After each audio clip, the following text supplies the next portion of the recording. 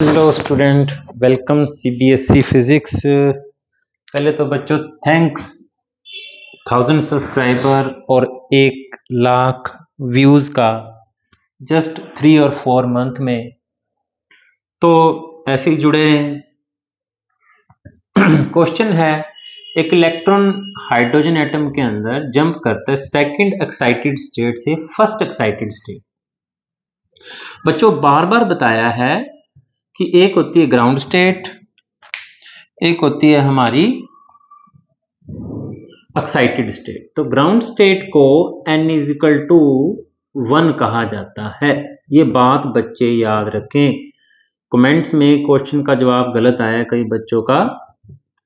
n=2 state first excited state कहलाती है और n=3 state second excited state.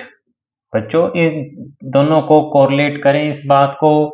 n=3 second excited state, energy level number 2 first excited state, और n=1 ground state कहलाता है।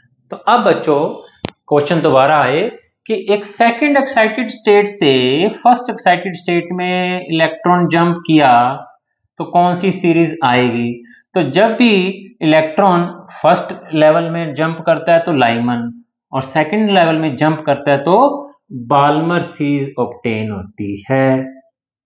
n=2 में जब आता है कोई इलेक्ट्रॉन, कहां से n=3, 4, 5, 6 कहीं से आ सकता है, तो बाल्मर सीरीज स्पेक्ट्रम ऑब्टेन होता है विजिबल रीजन में। ये बहुत बड़ी इंपॉर्टेंट बात है। तो 3 नंबर का क्वेश्चन है। 1 नंबर में पहले उन्होंने ये कंफ्यूज करके पूछा हुआ है कि सीरीज बताओ। बच्चे कुछ लिख रहे थे लाइमन तब आती है जब n=2 से n=1। अगला क्वेश्चन देखें, इसमें भी छोटा सा कंसेप्ट है। Find the ratio wavelength of the most energetic spectral lines in the Balmer series to that of Paschen series in hydrogen spectrum.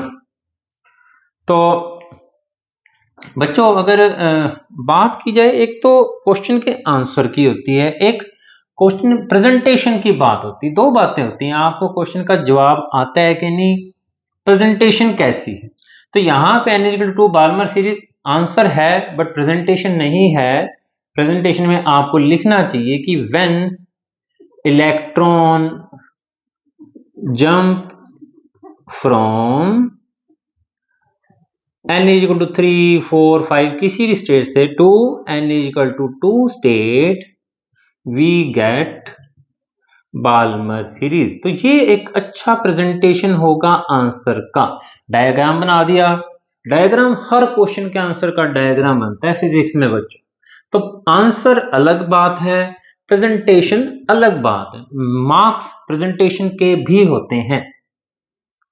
अगला क्वेश्चन देखें, ratio of wavelength of the most energetic spectral line in the Balmer series to that of Paschen series.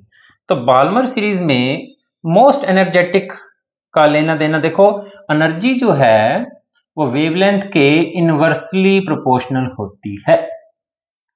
तो most energy का मतलब, maximum energy का मतलब minimum wavelength. तो minimum wavelength या maximum energy कब होगी, जब जितनी ज्यादा ऊंचाई से, जितने हायर एनर्जी लेवल से गिवन एनर्जी लेवल में आए। तो जो फाइनल लेवल होगा दोनों केसेस के अंदर, चाहे वो हमारे पास बाल्मर सीरीज ही होगी चाहे पास्टन, हमें लेना होगा लैम्डा बी, लिख रहा हूं मैं बाल्मर सीरीज की वेवलेंथ के लिए। फाइनल एनर्जी लेवल इन्फिनिटी लेना होगा मिनिमम वेवलेंथ के लिए। तो यहां पर रिडबर्ग कांस्टेंट 1/n का स्क्वायर, n कितना है अपना 2 बाल्मर सीरीज के लिए n=2 होता है, और दूसरा जहां से आ रहा होता है इलेक्ट्रॉन 3, 4, 5 स्क्वायर से इन्फिनिटी का स्क्वायर लेना होगा ताकि मिनिमम वेवलेंथ मैक्सिमम एनर्जी हो सके।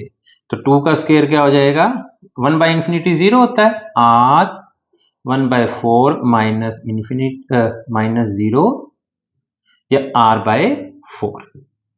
पास्टन के केस में ये क्या हो जाएगा, रिडबर्ग कांस्टेंट, एक मिनट, किसमें लाइमन, बाल्मर और पास्टन सीरीज है।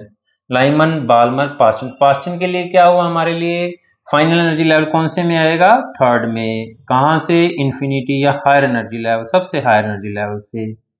तो R is equal to 1/9 minus 0, तो ये आ गया R/9। थोड़ा बस इनका रेशियो फाइंड आउट करना है अपने को। तो रेशियो के लिए किसका, तो यहां मैं एक थोड़ा सा स्टेप और कर देता हूं कि लैम्डा बी जो हो जाएगा वो 4/R हो जाएगा, मैंने रेसिप्रोकल कर दिया, और लैम्डा पी जो हो जाएगा वो हो जाएगा 9/R। हमें इनका रेशियो फाइंड आउट करना है, Balmer to that of Paschen, दोनों को डिवाइड कर देते हैं।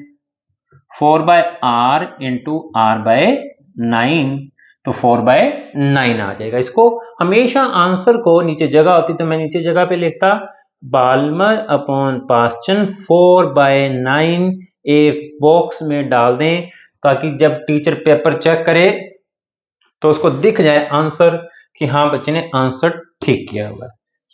और अंडरलाइन करना सीखें कि बाल्मर सीरीज ऑब्टेन होगी, ताकि जब वो चेक करे तो उसको ध्यान फटाफट वहां जाए जो चीज उसको चाहिए। तो ये चीजें कोई नहीं बताएगा बच्चों, जुड़े सीबीएसई फिजिक्स के साथ।